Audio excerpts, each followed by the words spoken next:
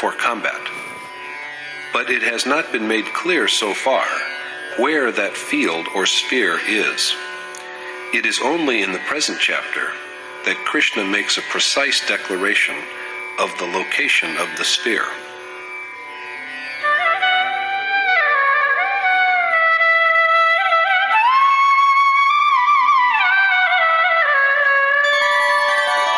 Idam shariram kaunteya kshetramityavidhiyate etadyo vettitam prahu kshetragya iti tadvidah. The Lord said, "This body is, O son of Kunti, Arjuna, a battlefield, Kshetra, and the men who know it, Kshetragya, are called wise because they have grown spiritually dexterous by perceiving its essence." Instead of being involved in this sphere, the Kshetragya dominate it. So it has been said by sages who knew and comprehended its reality. When the body is only one, how can there be two spheres, Dharmakshetra and Kurukshetra, within it? In truth, within the one body, there exist two distinct primeval instincts. There is first the pious treasure of divinity that provides access to the Supreme Spirit, who stands for the most sublime Dharma.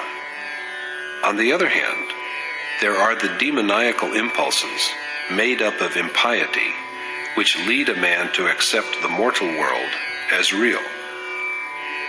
When there is abundance of divinity in the realm of the heart, the body is transmuted into a Dharmakshetra, or field of Dharma, but it degenerates into a Kurukshetra when it is dominated by devilish forces.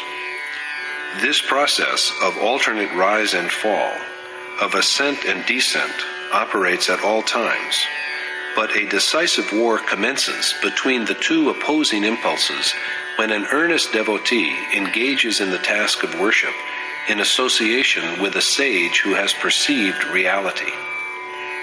Gradually then, while the treasure of divinity grows, impious impulses are enfeebled and destroyed. The stage of God realization is reached only after the complete elimination of the ill-gotten hoard of unrighteousness. And even the utility of the treasure of divinity is dispensed with after the stage of perception, for it is also then subsumed in the revered God. In chapter 11, Arjuna saw after the Kaurav also the warriors of his own army plunging and vanishing into the mouth of the all-pervading God. Kshetragya is the character of the self after this final dissolution.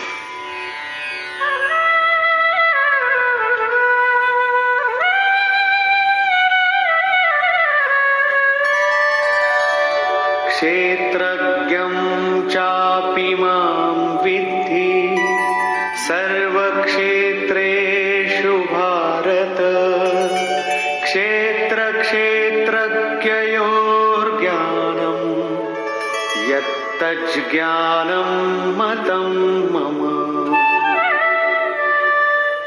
And be it known to you, O Bharat, Arjuna, that I am the all-knowing self, Kshetragya, in all spheres, and to me awareness of the reality of Kshetra and Kshetragya, of mutable nature and the self, is knowledge.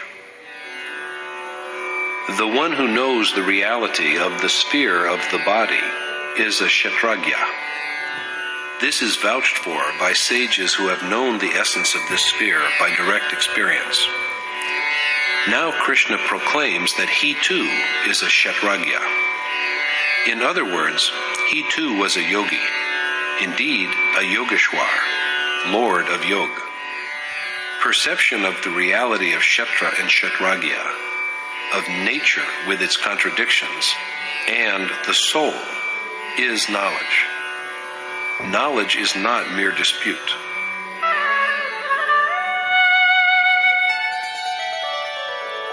तत्क्षेत्रं यच्च यादृक् च यद्विकारी यतश्च यत् स च यो यत्प्रभावश्च तत्समासेन मे शृणु. Listen to me briefly on the whence and what of that sphere and its variations and properties, as well as on the Kshetragya and his abilities. The sphere of action, of life and death, is changeable or mutable because it has evolved from some cause, whereas the Kshetragya is possessed of authority. It is not only Krishna who says this. Other sages have also said the same. ऋषिभिर्बहुधा गीतं छन्दोभिर्विविधैः पृथक् ब्रह्मसूत्रपदैश्चैव हेतुमद्भिर्विनिश्चितैः.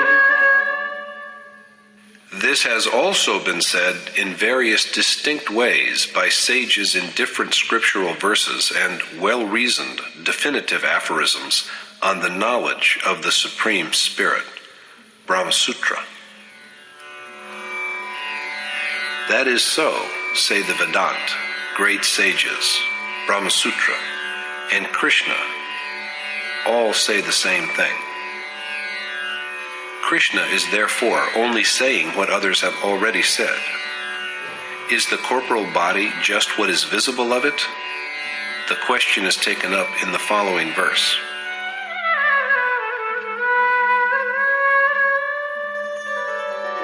महाभूतान्यहङ्कारो बुद्धिरव्यक्तमेव च इन्द्रियाणि दशैकञ्च पञ्चचेन्द्रियगोचराः. इच्छा द्वेषः सुखं दुःखं सङ्घातश्चेतना धृतिः एतत् क्षेत्रं समासेन सविकारमुदाहृतम्. Speaking briefly, mutable physical body is the aggregate of the five elements, ego, intellect, even the unmanifest, the 10 sense organs, the 5 objects of sense, as well as desire, malice, pleasure and pain, and intelligence and fortitude.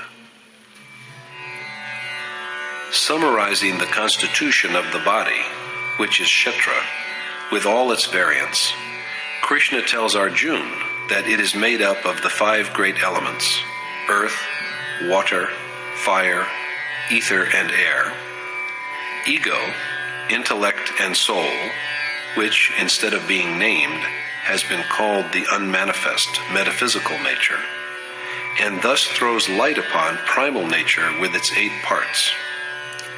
Apart from this, the other components are the 10 senses: eyes, ears, nose, skin, tongue, organ of taste, hands, feet, genital organ, and anus. Mind, the 5 objects of sense, form, taste, smell, sound, and touch. Desire, malice, pleasure and pain, and consciousness and calm courage. The body, the gross corporal frame, is the composite of all these parts.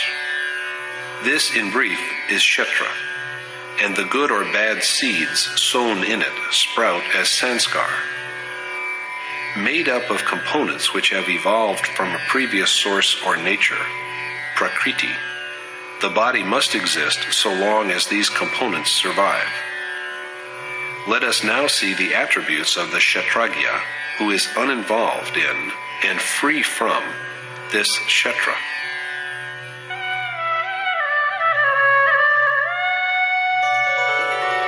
अमानित्वमदम्भित्वम् अहिंसा क्षान्तिरार्जवम् आचार्योपासनं शौचम् स्थैर्यमात्मविनिग्रहः. Absence of pride and arrogant conduct, disinclination to do injury to anyone, forgiveness, integrity of thought and speech, devoted service to the teacher, outward as well as inner purity, moral firmness, restraint of the body along with the mind and senses. These are only some of the attributes of the Kshatragya: indifference to honor and dishonor, freedom from vanity, and reluctance to hurt anyone, ahimsa. Ahimsa does not mean desisting from acts of physical violence. Krishna told Arjuna earlier that he ought not to degrade his soul. To lead the soul to degradation is true violence, hinsa, whereas to elevate it is non-violence, ahimsa. A man who is inclined to the amelioration of his own soul is also actively devoted to the well-being of other souls. It is true, though, that this virtue has its inception from not hurting others. The one is but a necessary concomitant of the other. So ahimsa, mercy, honest thought and speech, faithful service to and worship of the teacher, purity, firmness of mind and heart, and control of the body along with the mind and the senses, and Indriyartheshu vairagyam anahankara eva cha janma mrityu jara vyadhi dukkha doshanudarshanam. disinterest in pleasures of both the world and heaven, absence of ego, constant reflection over the maladies of birth, death, old age, sickness, and pain.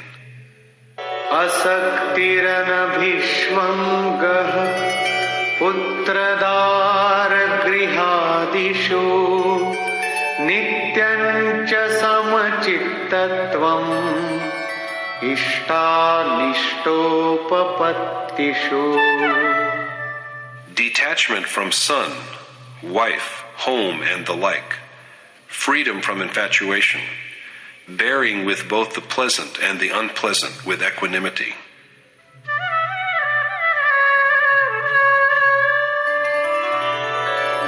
Mayi chananya yogena bhaktiravyavicharini vivikta desha sevitvam aratirjana sansari. Unswerving devotion to me with a single-minded concern for yoga, fondness of living in sequestered places, distaste for human society. Fixing the mind firmly on Krishna, a Yogeshwar, or on some sage like him, so that there is remembrance of nothing else except yoga and devout contemplation of nothing besides the desired goal. Dwelling in solitary places, disinterest in the company of men, and Adhyatma jnana nityatvam tattva jnanartha darshanam etaj jnanamiti proktam ajnanam yadatonyatha. constantly resting in the awareness that is called adhyatam, and perception of the Supreme Spirit, who is the end of realization of truth, are all knowledge, and whatever is contrary to them is ignorance. Adhyatam is the knowledge of God's dominance. The awareness that is derived from a direct perception of the Supreme Spirit, the ultimate essence, is knowledge. Krishna said in chapter 4 that the man who tastes the manna of knowledge generated by the accomplishment of yajna becomes one with the eternal God. Here too, he says that apprehension of the reality that the Supreme Spirit is knowledge. Whatever is opposed to it is ignorance. The aforesaid attributes, such as an attitude of equanimity toward honor and dishonor, complement this knowledge. The discussion of the problem is now concluded.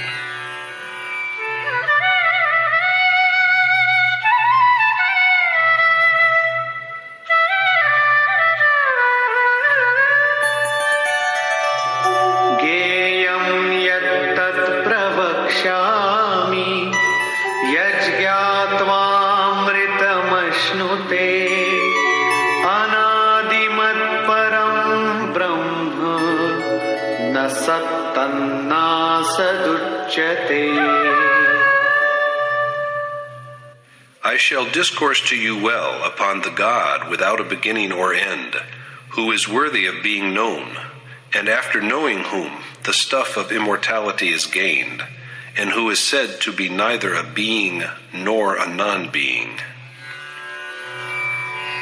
Krishna promises to enlighten Arjuna well on that which ought to be known, and after knowing which, the mortal man achieves the quality of deathlessness.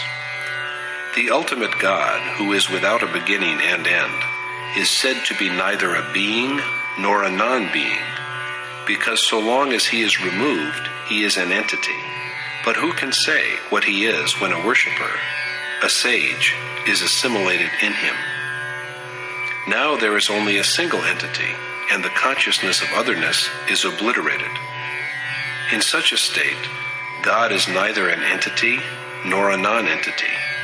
He is only that which is spontaneously perceived. Krishna now elaborates the ways of this great soul.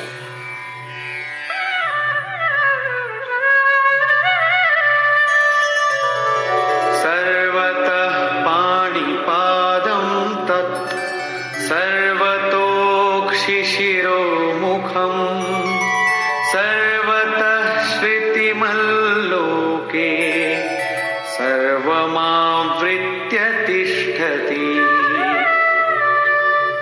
He has hands and feet, eyes, heads, mouths, and ears on all sides, because he exists, pervading all in the world.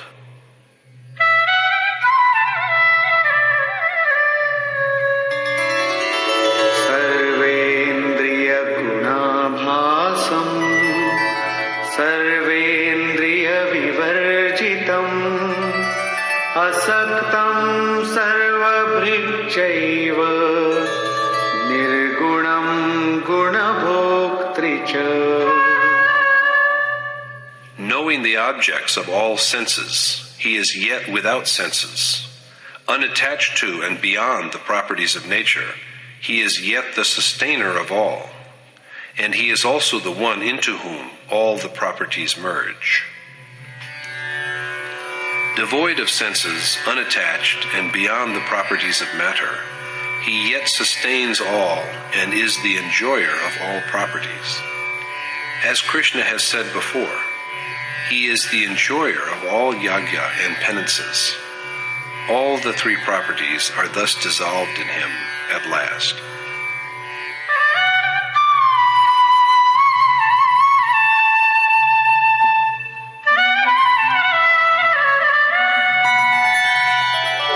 Bahirantasya bhutana acharam charamivacha sukshmatvat tadavigyeyam durastham chantike cha tat.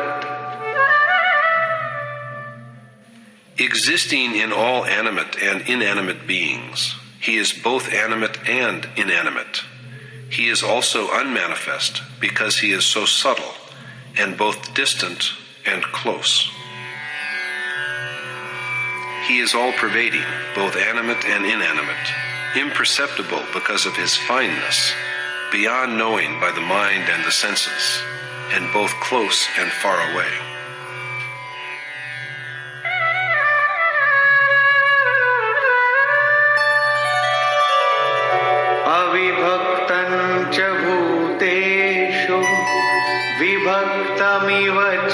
स्थितम् भूतभर्तृ च तज्ज्ञेयम् ग्रसिष्णु प्रभविष्णु च. The Supreme Spirit, who is worth knowing, and who appears to be different in different beings, although he is one and undivided, is the begetter, sustainer, and destroyer of all beings. Both external and inner phenomena have been indicated here. For instance, external birth and inner awakening, external sustenance and inner adherence to the beneficial yoga, external change of body and inner dissolution of all, that is, the disintegration of the causes that lead to the generation of beings, and along with this dissolution, access to the identical God. These are all attributes of that Supreme Being.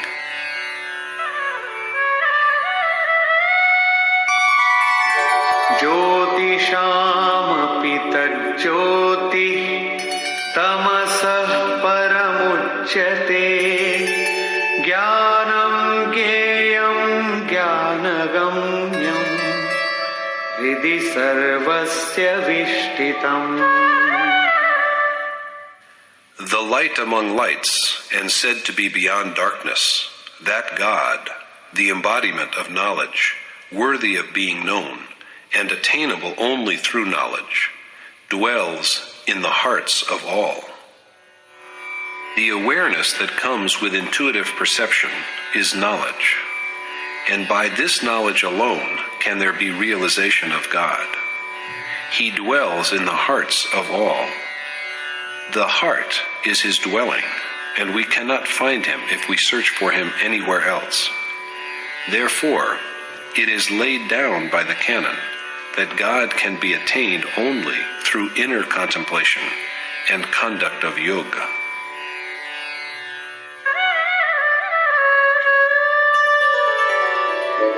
इति क्षेत्रं तथा ज्ञानं ज्ञेयं चोक्तं समासतः मद्भक्त एतद्विज्ञाय मद्भावायोपपद्यते.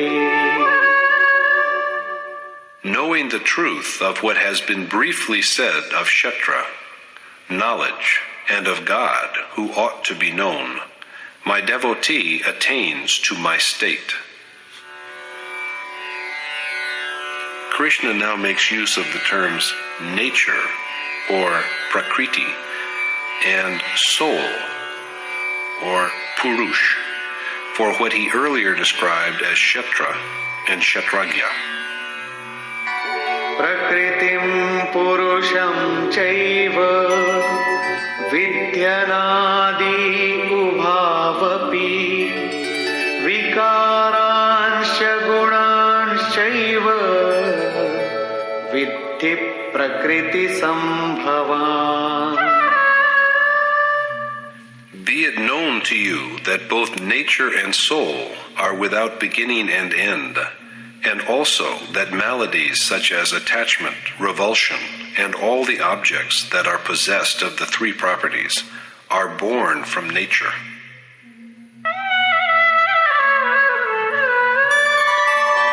कार्यकरणकर्तृत्वे हेतुः प्रकृतिरुच्यते पुरुषः सुखदुःखानां भोक्तृत्वे हेतुरुच्यते. Whereas nature is said to be the begetter of deed and doer, the soul is said to be begetter of the experience of pleasure and pain. Nature is said to generate deed and the agent by whom a deed is accomplished. Discrimination and renunciation are the doers of good, while passion and anger are the doers of evil deeds. On the contrary, the soul engenders feelings of pleasure and pain. Will man always continue to suffer, we may well ask, Or will he also ever be rid of it? How can one be liberated from nature and soul when both of them are eternal? Krishna now speaks of this.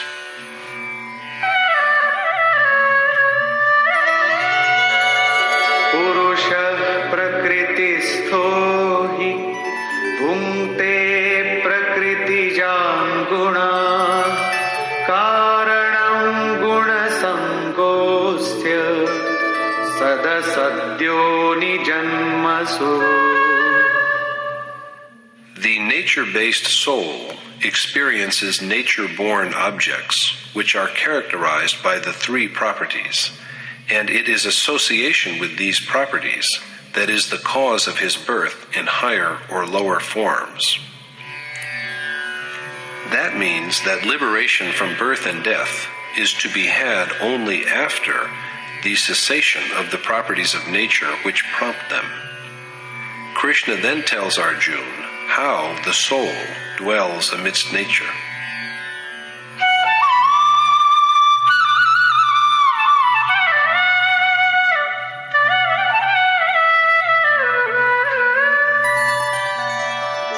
Upadrashtanumanta cha bharta bhokta maheshwarah paramatmeti chapyukto dehesmin purushah parah. Although residing in the body, the soul is transcendental and said to be the witness, the grantor, the enjoyer, and the great God and Supreme Spirit. The soul dwelling in the sphere of the heart is even closer than one's hands, feet, and mind. Whether we do good or evil, he is unconcerned. He just stands as a witness, an onlooker, upadrashta. When the right course of worship is taken, and the wayfarer rises a little higher, the approach of the witnessing soul changes, and he becomes the grantor, Anumanta. Now he begins to grant and confer intuitions. When the seeker is yet closer to the goal by further spiritual discipline, the soul begins to support and sustain, Bharta. Now he also provides the propitious yoga. Then he turns into the enjoyer, Bhokta, when the worship is even more refined. He accepts whatever yagya or penance is performed, and at the stage after this acceptance, he is transformed into the great God, Maheshwar. He is now master of nature, but since he is master of nature, it follows that nature yet abides in some part of him. At even a higher stage than this, after the soul is endowed with the attributes of the ultimate, he comes to be known as the Supreme Spirit.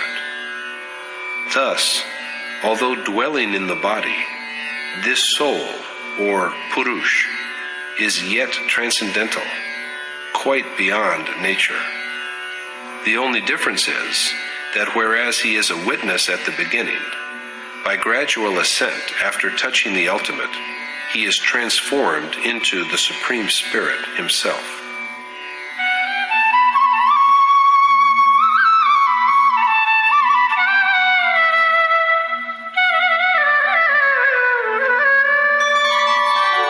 Ya evam veti purusham prakritim cha gunai saha sarvatha vartamanopi na sabhuyo bhijayate. In whatever manner he conducts himself, the man who knows the truth of the soul and nature with its three properties is never born again. This is salvation. Yogeshwar Krishna has so far spoken to Arjuna on the freedom from rebirth, which is the final outcome of the intuitive knowledge of God and nature. But he now stresses yoga whose mode is worship, for attainment is impossible without the accomplishment of this action.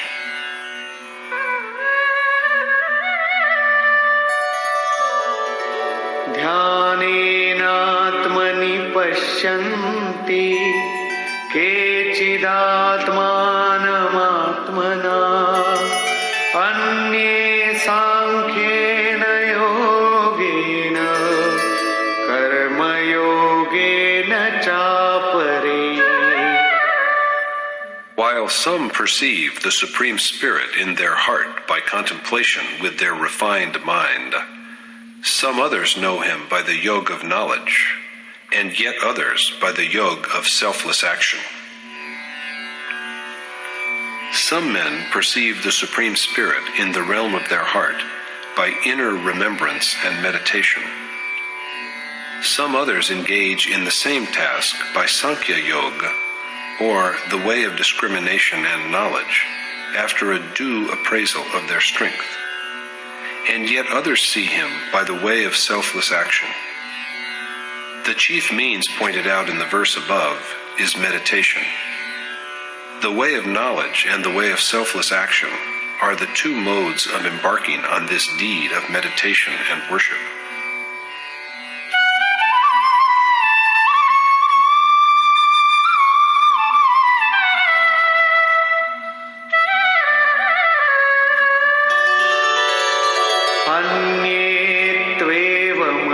अन्येत्वेवमजानन्तः श्रुत्वान्येभ्य उपासते तेऽपि चातितरन्त्येव मृत्युं श्रुतिपरायणा. But ignorant of these ways, there are yet others who worship by just learning the truth from accomplished sages, and, relying upon what they hear, they also doubtlessly steer across the gulf of the mortal world. So, if we can do nothing else, we should at least seek the company of accomplished sages.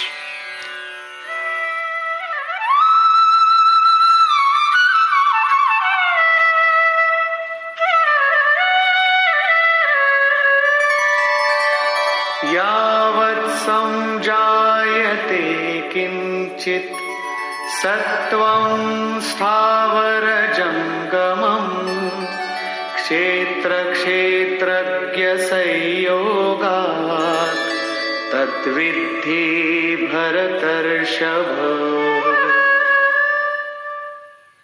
Remember, O the best of Bharat, Arjuna, that whatever animate or inanimate being exists is born from the coming together of the insentient Kshetra and the sentient Kshetragya.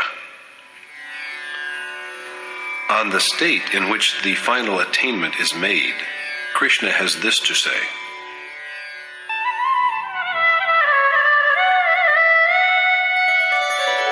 समं सर्वेषु भूतेषु तिष्ठन्तं परमेश्वरं विनश्यत्स्व विनश्यन्तं यः पश्यति स पश्यति. He alone knows the truth, who steadily sees the imperishable God in all animate and inanimate beings that are destructible.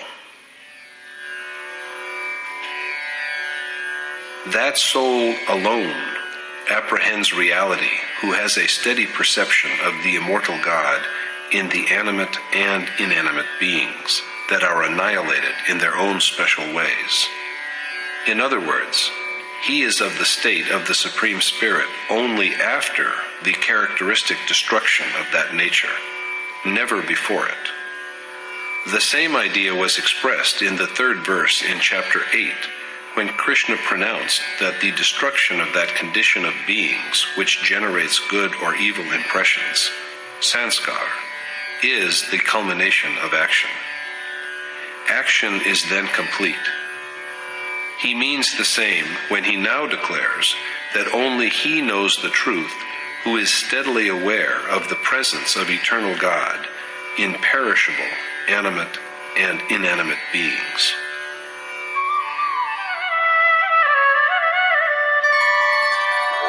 Samam pashyan hi sarvatra samavasthitamishwaram nahi nastyatmanatmanam tato yati param gatim. He achieves the supreme goal because, evenly perceiving the existence of the identical God in all beings, he does not himself degrade his self. He does not destroy himself because he constantly sees God as akin to his own self, so he attains to the final bliss of salvation. Now the qualities of the accomplished soul are pointed out.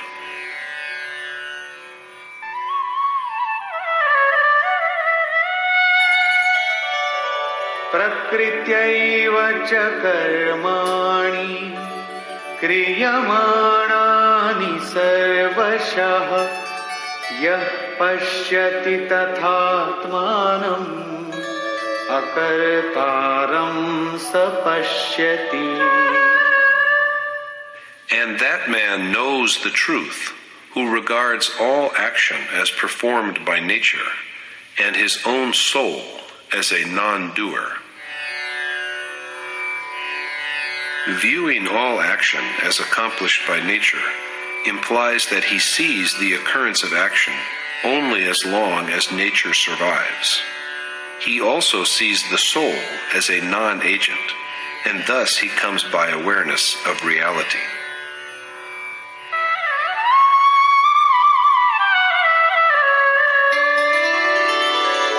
Yada bhuta prithag bhavam ekasthamanupashyati tataiva cha vistaram brahma sampadyate tada.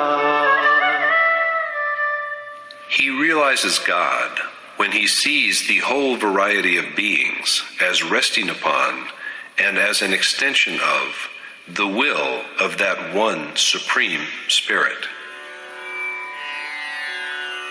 When a man sees the diffusion of God through all the various states of beings and regards them as but an extension of the same God, he attains to him. No sooner is this stage reached than he realizes God. This too is an attribute of a sage, a great soul with a steady wisdom.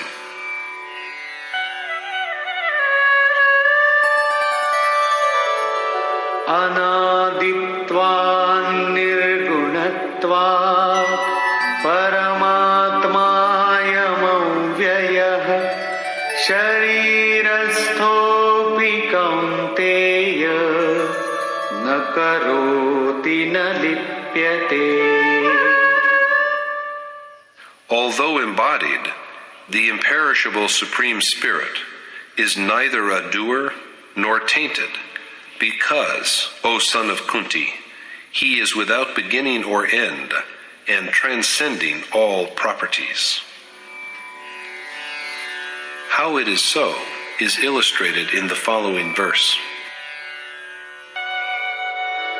Yatha sarvagatam saukshmyat akasham nopalipyate sarvatravasthito dehe tathatmanopalipyate. As the all-extensive sky is unsullied because of its subtlety, even so the embodied soul is neither a doer nor tainted, because he is beyond all the properties. It is further said of him,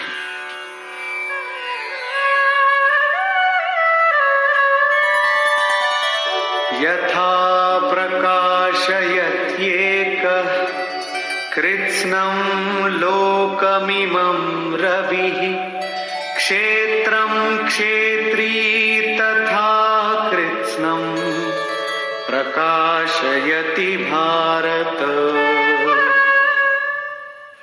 The soul illuminates the whole kshetra, just as the one sun lights up the entire world. Then follows the final verdict. क्षेत्रक्षेत्रज्ञयोरेवम् अन्तरं ज्ञानचक्षुषा भूतप्रकृतिमोक्षं च ये विदुर्यान्ति ते परम्. They who have thus perceived the distinction between kshetra and kshetragya and the way of liberation from the maladies of nature with the eye of wisdom attain to the Supreme Spirit. Sages who know the difference between nature and soul, as also the way of liberation from mutable nature, realize God. That is to say, that knowledge is the eye with which one may see the reality of kshetra and kshetragya, and that knowledge here is a synonym for intuitive perception. Conclusion. Dharmakshetra and Kurukshetra were named right at the beginning of the Gita, but they were not located, and it is only in the present chapter that Krishna points out to Arjuna that the human body itself is kshetra, and the one who knows it is a kshetragya. However, rather than being entangled in it, he is liberated, and he provides direction to it. Is the body, the kshetra, only so much as we see of it? Recounting its main components, Krishna has said that it is the sum of primal nature with its 8 parts, the unmanifest nature, the 10 sense organs and mind, the 5 objects of senses, desire, greed, and passion. So long as these components survive, the body must also be in some form or the other. This is the field, or kshetra, on which the sown seeds, whether good or bad, grow as sanskar. The one who voyages successfully across this sphere is a kshetragya. Possessed of divine moral virtue, he is the one who determines the operations of kshetra. The present chapter is mainly devoted to a detailed elaboration of kshetragya. The scope of kshetra is indeed wide and extensive. To speak the word body is so easy, but what vastness is contained within this simple expression? It is coextensive with the primal nature of the entire universe. It is coextensive with endless space. It is thus the animating principle of life, and no being can exist without it. This whole universe, this world, these countries and provinces, and this apparent human body are not even a fraction of that nature. Thus, besides kshetragya, the chapter also dwells at length on kshetra. Thus concludes the 13th chapter in the Upanishad of the Srimad Bhagavad Gita on the knowledge of the Supreme Spirit, the science of yoga, and the dialogue between Krishna and Arjuna entitled Kshetra Kshetragya Vibhag Yoga, or the Sphere of Action and its Knower. Thus concludes Swami Adgaranand's exposition of the 13th chapter of the Srimad Bhagavad Gita in Yatharth Gita.